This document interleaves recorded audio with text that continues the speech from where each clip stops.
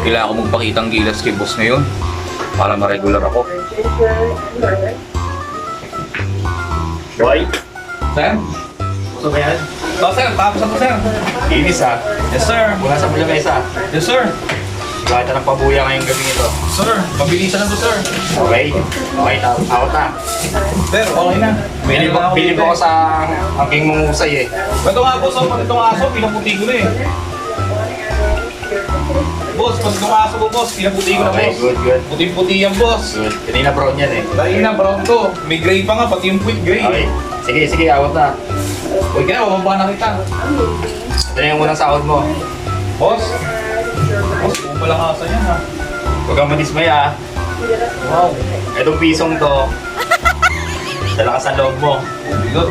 Itong 5 pisong to, parang save mo na. Yes! Marami na akong pera. Marami na akong pera. Sige, ulis ka na. Huwag ka ulit. Nga pala, nakalimutan ko. Mga ka-shekel, samahan ninyo ako ngayong gabi. Tutunghayan natin ang kwento ng Black Lady. Yes! Mayaman na ako.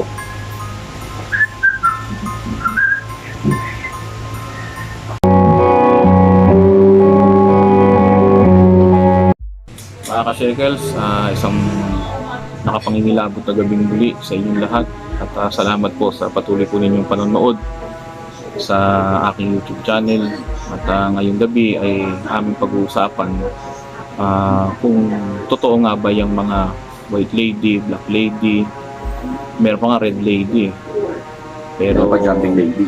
meron pa jumping lady pero hindi ko alam kung Pati ba totoo yata nga nila? ba ang lahat ng ito eh. Pero ngayon, dahil may ikukwentong muli si Sir Job, obserbahan natin at ako'y magninilay-nilay din kung ito nga ba ay tunay o hindi. So, yun, binibigay ko na sa iyo, Sir, ngayon ang pagkakataon muli. Ito ang pagkakataon natin Ito ulit. na maibahagi ito. Actually, hindi pa rin sa akin itong kwentong ito. Pero na-interview ko pa rin ulit ang kapatid ko. May nauna siyang kwento, yung sa Buakaw. Ito yung the second, yung nakakilabot pa rin ang kwento na binahagi niya rin sa akin ulit. Upang may panibago tayong may share. Baka sa mga ka-share sa atin experience ang mga ganitong pangyayari sa buhay nila. Baka sila naka-experience ng ganitong katatakutan. O baka yung iba, wala pang pangyari, di ba? Mas okay kung wala. Kung meron naman, baka gusto nyo pong i-share. Available po tayo anytime, anywhere. Diyan nyo lang po, paano ka ba makakontak, sir, para sakali? Bale, sa mga gustong magbahagi ng kwento, ilalagay ko dito yung pinaka Google Mail na pwede po ninyong i-message para maibahagi din namin dito sa mga video pang paparating. Ano po, available po yan. Baka gusto po nyong mag-share at handa po kaming makinig. May bahagi nyo po sa amin upang sa gayon is may kwento rin natin para kanya-kanya po tayong kwento ng katatakutan. Pero hindi naman to is binahagi nyo is meron pa rin po kayong privacy dito. Hindi naman sasabihin namin yung pwedeng kung nahiya kayo, pwede natin itago ang pangalan nyo. Pag may kwento nyo lang talaga kung ano yung mga nangyari talaga. Wala tong hindi tayo dadagdag, hindi rin tayo babawas. Hindi natin lalagyan to ng mga adliban na sa gayon makilala tayo. Hindi. Kung anong totoo, yun lang yun. Kung ano lang nangyari, yun lang yun. Hindi tayo pwedeng kung ano dito ng mga acting or mga effects bang nakakatakot, di ba? Hindi. Basta ano lang, kung ano, natural lang. So, Kung ano gusto yung, lang nating maibahagi yung pawang totoo lang karanasan. yun lang talaga. Walang dagdag, walang bawas. Walang halong eklabo yan. Ikaw ba yan, Manay Ricky? Hindi. Okay, simula ko pa na. So, simulan po natin ang kwentong mailahat na natin. Bakit 2000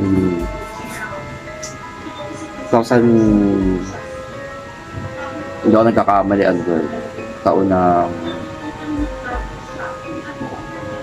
2007, 2019. 2008, 2019, Ay, hindi, sorry. 2009? 2009. 2009. Alala mo yung bahay namin? Sa baba. Oo. Ayun. Ang gustong-gusto ko dun yung sa may manipis. kusina. Yung ibabaw nun, kubeta. Yung, di ba ang ganda? Oo, kaya pag tanghalian mo, langhap sarap eh. Sisigaw Ganda eh. talaga yun pag flash ng Pag flash ng inidoro, sisingaw sa ilalim. yung ilalim. Ang sarap kumain eh. Tsaka ang baba lang talaga sir. Ganadong-ganado ako noon pag kumakain ako dun eh. Nakayuko tayo dun eh. Dahil sa baba na. Mababa lang kasi yung mga ka-shekets yung silong. Sa silong kasi sila noon eh. Dito lang yung sa Manipis Street sa may Cavite Ang City. kagandahan nun sir, pag baha pag ulan, lakas ang ulan, baha na sa labas, baha pa sa loob, di ba? So di may instant swimming Oo, pool. diba na, experience yun. Tama. Yun, ganun po gaganda yung bahay namin dun sa Manipis po. Bakit 2009? Siguro nandun na po kami pa, 2002. Nandun na kami, nakalipat po kami. Isa sa mga bahay na nilipatan namin. Sa kapatid ko ito nangyari. As normal lang din. Di ba? Siyempre, wala namang makaka-expect, di ba? Kung may mga ganyang pangyari, siyempre, the more ka nga hindi handa doon pa sila nag-appear eh. Di ba? Wala naman talagang handa eh.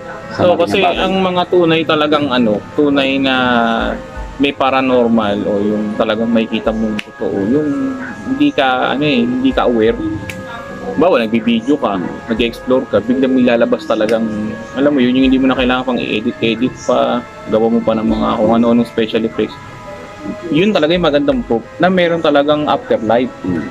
Kaya nga tayo nag-explore kasi gusto kong maipakita sa mga audience, sa mga subscribers, yung totoo talaga na kung may nakita, di may nakita. Kung wala, edi na-explore mo yung area. Ganon din yung sir sa kinukwento mo na sa hindi handang mga pagkakataon, bigla nag-a-appear yan. Pero sayang lang, noong mga panahon na yun, wala kasi tayong mga ganitong phone na mga high-end na ngayon, ng mga cellphone eh. Oo, salamat sa sponsor natin kay Boss Paus. Yan, salamat dito kay Bossing. Kay Bossing yan. Dahil nabigyan tayo ng opportunity Dalawang na... bossing yan. Yung isa yung SD card para malaking memory card. Si Sir AJ. Oo. Salamat nga pala Sir AJ sa iyong SD card. At kay Boss Paus dito sa aming phone. Phone natin. Upang makapagbahagi kami ng mga kwento. Yun, mabalik sa atin. Mas normal lang talaga. Ito malupit. Tanghali ito. Madalas ayaw maka-experience na nakakatakot pag gabi. At nasa mindset natin, alam natin buhay sila sa gabi. Pero may mga kwento sir sa umaga. Di ba? Meron. Ibig sabihin walang pinipiling oras. Pero syempre, di ba ang katatakutan gabi? Mostly, nasanay ang tao gabi. Gabi, parang ang tingin natin kasi pag gabi, alam na natin eh. Yan ang mga umaalilong mga aso. Ang bata pa tayo, parang nasa isa natin, may mga aswang na. Yan ang mga engkanto, nag-a-appear na sila, di ba? Yun, tanghali po ito. Yung setup kasi ng bahay po namin doon, ito po yung gate. Bago pagkapasok mo pintuan, sala na, bago may isang kwarto. Yung po na, pag diniretso nyo, lang to eh. Kusina. Bali yung loob ng bahay kasi may sala, tapos may kapirasong daanan, tapos kwarto na sa kanan. Isang kwarto, tapos kusina na yung likod. Tama. At dahil alam mo yon yung panahon ng pineste kami. Yung surot, diba? Surot, tsaka pagbaha, di ba? Talagang buti na lang. Solid talaga. Solid sa pamimeste. Buti na lang at may kama. Kahit baha, may kama kami nakahigaan. Kasi gayon, safe pa rin. may matutulugan pa rin talaga. Kasi kung wala yung kamang yun, iyawan na. Nakatayo kami doon. Tayo talaga pag natulog. Hindi, pwede naman matulog. Nakalubog ka na doon sa baha eh. Yun mahirap. Ano ka? Para kang naka-backstroke ka doon, sir. Yun nga. Nagsa-swimming ka na doon eh. Swimming time. Swimming with backstroke. Yes, we do. Yun. So, bali, ito nakakakilabot. Pagbukas na po ng pintuan, merong aparador doon. Na familiar mo? Antique na rin yun. Naalala ko yun. Antique yun eh. Familiar ka? Luma na rin yun. Kasi may mga kami doon, sir, yung orkan na lagay ng damit. Yung blue, saka yung pink, no? Sa dulo nun. Doon ako may nakikitang laging may malalaking butas eh. Doon sa Butas. drawer. Ayun. Yung ata yun sir eh. Mga panloob ata yun sir. Butas ang mga brief. Oo, Ano yun? butas sa mga brief. oo. Doon ko nakita, lalaki ng butas, kakamao eh. Ano yun, sir, yung mga style yun, style. Wala tayo nung panahon yun eh. Pwede yung yung brief na bacon din, ikakadena. Kadena dito sa gilid ng pantalon. Naalala ko, meron akong tropang ganun eh. Buhay pa ba siya? Boy pa naman O siguro may yun. amnesia na siya? Malaman natin, malaman sa palaman yan kung may amnesia na yung kaibigan natin. Oo, yan.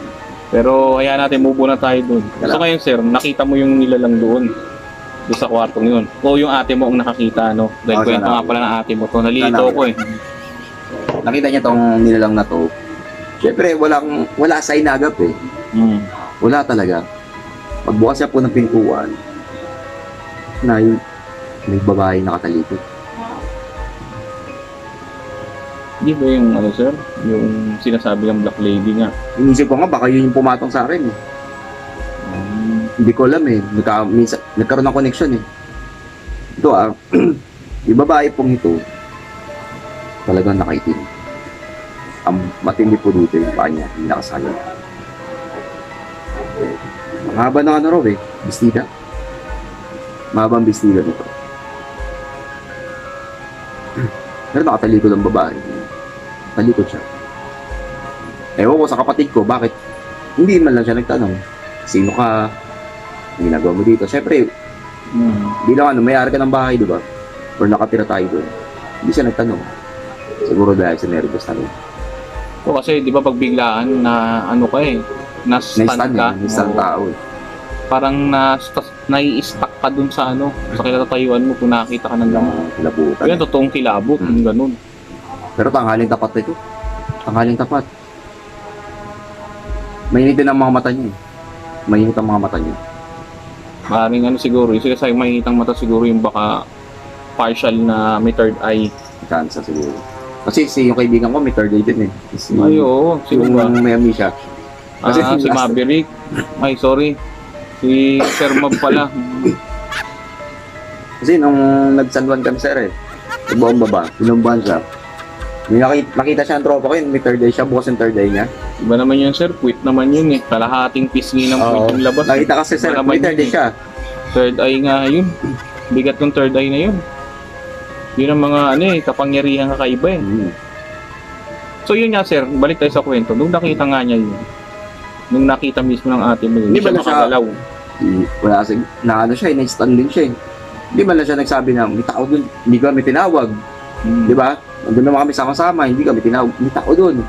Agad naman kami pupunta kung talagang totoo yun yung sinasabi niya. Basta sinarili niya lang.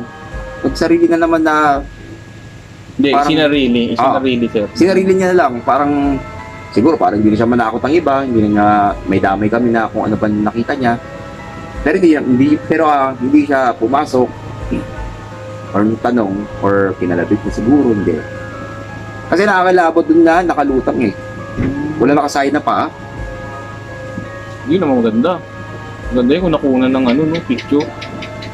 So bali, nung tanghali, nakita niya tong entity na to. Kinagabihan. Ito na yung pinaka-extreme. Pagmulat ng mga mata niya, nung nagising siya ng gabi, siguro bandang nasa pagitan ito ng 11 or 12 ng oras nito. Alam mo naman kama namin sir, di ba yung sa bakal? Oo. Habang isa yung Yung bakal, tsaka yung ano, parang malambot na ano, double deck. oo. Kasi ang problema Sheraton na ano yun. yung gawa Tama. sa ano, kasi ang problema doon. Dayami pa yun eh. Parang dayami. Kaso ano, naalala mo na kumiga ka doon, may yumakap sa yung dingy. Oo, matakot Huwag natin alahanin. Nakatakot. Yun kung doon Ano yun ang kilabot na. Yun ang nakakilabot, yung yapos ng ano, yapos ng dinky. Kakilakilabot. Hindi ka matandaan yun eh. Ano ba pangalan ng dinking yun? Ng ano, mapuntahan ko. Mabuligahan. Oo, mabigyan lang ng bodega. Buhay po ba yun? So nangyari pala yun no na ganun. Bagay kasi, isipin mo, yung mga kinukwento rin ng mga taong nakakakita nun. Talagang mostly, no, nakalutang sila, walang paa. Minsan nga daw, walang buka. Pagaya naman ng nakita natin mo, nakatalikod. So, hindi ganun ka-detailed yung ano niya, no, yung itsura. Pero ito nung ano, yung parugtong nito. Ayan na ba? Yan, Oo. ikwento mo yan. Yan ang gusto Ayan na. ko eh. Yung extreme. Sa pagitan ng 11 hanggang 12 ng gabi, pagmulat niya ng mata niya. Mukhaan niya, sir. Mukhaan na. Mm, Hindi pa siya nakabangon ng higaan. Mukhaan niya na. nakatapat sa kanya. Oo. Yun na nakakatakot. Mukhaan na. Yung nilalang na to. Eh ngayon, describe mo sir, ano yung itsura ngayon ng mukha nun? Hindi rin may paliwanag eh. Nalilisik din ang mga mata. Ano ba yung itsura na nalilisik yung mata? Yung ba yung parang mapula? Oo, mapula. Hindi ba yung mapula ang mata, tapos gano'n ang gano'n? Mapula siguro ang moron ng mata eh. Kaya parang galit na galit. Mukhang parang iba naman kasi naiisip ko eh. Yung pulang-pula yung mata, tapos Ayan, kumain ng sili yan, sir. oo nga, no? Yung mahilig ka sa ba, ano. Oo nga, eh. Yung makain ka ng ano. Yung last time Ah. ay 150. Oo. Yung bulalo, lagyan mo ng sili. Ewan ko, hindi ka Oo, mapaganon. tama. Yung mga Yun pare nga sa atin ngayon, 150. Unlimited, Yun nga eh. unlimited rice, unlimited, pizza lips. Oh, Yung sarap. Yung sa atin yung bago, sir. Ano yun, unlimited lips to lips? Oo, lips Ba to lips. mapuntahan nga Kaso yan. di kaya ang mayari, sir, ha? Sige, wag na lang. Magmagayin yung bibig mo. Ayoko niyan. So, hayaan mo na yun. So, ngayon nga, balikan natin yung kwentong muli. Yung itsura niya, hindi rin paliwanag. Sabi nalilisig daw yung mata. Ganda. Nililisik ang mga mata. Pero meron ba siyang ilong? May bibig ba siya? May chance eh. tenga? May chance as normal din. Anong tao. kulay ng balat? As normal din. As normal na nilalang. Kaso nga, hindi nga siya nilalang eh. Na taong may kukumpara mo eh. Siguro malapit na lang. The same din. No, kasi ganun nga talaga eh. Pag meron talaga nangyari sa isang area, hindi natin alam alin man yan, kung hindi krimen, baka may nagpakamatay, Malalim kasi hindi ko rin alam ang kwento ng bahay. baka ko. merong elemental doon. Minsan, Kasi yung kapatid ko rin nagtatato, nakakita rin siya doon. Binangungot din siya doon. Nakakita pa siya, nakita niya rin. Kung ano yung nakita ng kapatid ko, siya nakita niya rin. Black lady rin. Sila nagkwentuhan eh. Hmm. Nung wala na kami doon, nakapagkwentuhan lang pa. The same din sila nung nakita nila. Iba pa rin yung iwiwabaw sa'yo, no? Baka nga siya rin yun eh. Baka siya rin yun, sir. Isang entity lang din. Pero imposible kung ano eh, kung succubus yun, kayo ang target, lalaki. Maaring si yung kapatid mo ring lalaki, na succubus din kasi, di ba sabi nga, pares yung kwento. Pero wala naman kasi nangyari sa kanya kagaya Wala. ng sa'yo eh. Wala Ibig naman. sabihin, baka magkaiba nga sila. Baka magkahawig lang ba? Mm. Pares lang. Pares demon. Pero Oo, magkaiba pares ng silang trabaho. demon, pero iba trabaho. Yun ang mga pangyayari dun. Kasi di ba nasa salita rin ng Diyos yan eh. Yung sabi, yung demon daw, di ba, is to kill, steal, and destroy. So, ganun yung trabaho nila dito. Dito sa mundong ito. So ngayon sir, nung mga lumipas ng araw, patuloy pa rin bang nagpapakita? Isang beses lang nagpakita ulit. Isang beses. Isang beses lang. Nung itong pagkita niya dun sa nilang na to, one stop lang sa pitik ng dilit, nawala to. Ah, isak-isak ng mata, wala. Sakit sa pata. Nung pagpikit ng mata niya, nawala na yung Tsura. So kasi ano yun eh, yung lugar na yun, creepy. Creepy yun. Kasi gawa ng silong siya ng bahay, Natin tapos alam, no? kulob. Hmm. Kulob siya eh.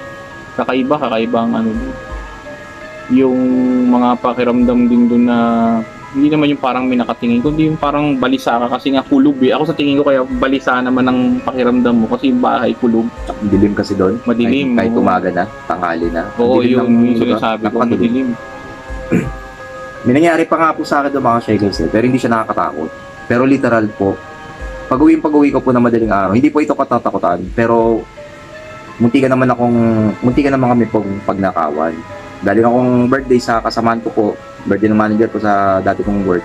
Pag-uwi ko, may nakita akong tao sa taas, kasi may up and down po ito. Bali, 2 pamilya nakatira sa taas, 2 pamilya nakatira sa baba. Pag-uwi ko, may nakita akong tao. Sabi ko, sir, saan kayo galing? Sabi nung lalaki, hindi po siya taga sa amin pala.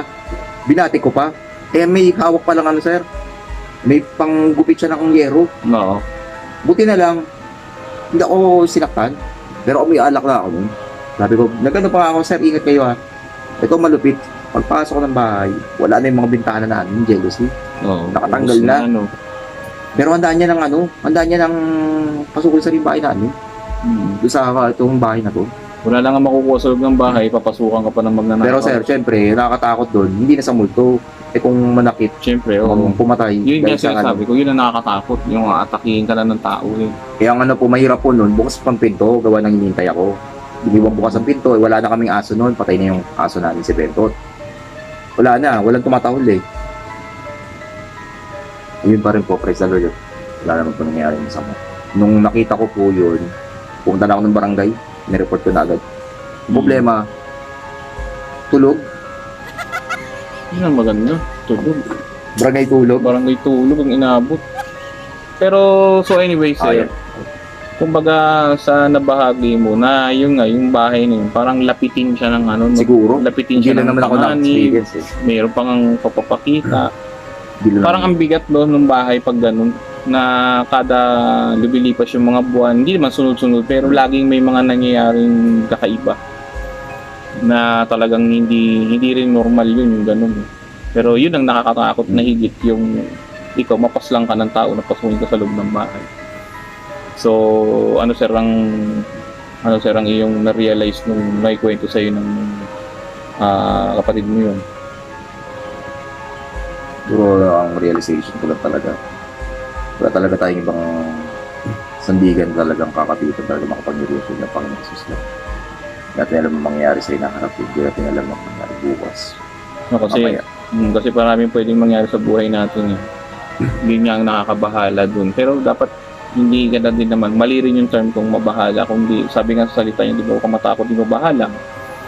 Kasi meron tayong Diyos eh. Yun lamang ang kagandahan. Puro ano lang talaga, huwag lang natin mawala yung mga prayers talaga. Napakalaga ng panalangin. Kasi sa pagtulog natin, hindi natin alam. Kailangan natin ng proteksyon, mag-protect sa Oo, atin. kasi yung iba, di ba, sabi maglagay ka ng asin, maglagay ka ng Totoo yun. mga amuleta, ito suot mo to, kung kulay pulang ito. Hindi tayo Which is, mapoprotect. belief nila yun eh, paniniwala, sa nire-respeto natin. Pero, ang gusto ko lang sabihin is, yung pinakamaganda mga ka-shekels na talagang magiging weapon mo para mapaalis mo yung mga ganyang demonic is pananalangin. Ipag-pray mo lang. Kasi ang pangalan ng Diyos ang higit sa anumang meron Kilala sa siya. mundo. Kilala siya. Yung pangalan na yun, kilala siya. Kaya ultimo mga demons na yan, hindi talaga makakayanan. Hindi kaya yung puwersa niyo. So yun mga ka-shekels, salamat po muli sa inyo na patuloy na nanonood hanggang sa dulo ng video nito. So huwag niyo kalimutang i-like, share, and subscribe ang aking YouTube channel. Muli, ito si Boy Patatas at isang napangingilabot na gabi sa inyo. At ingat tayong lahat.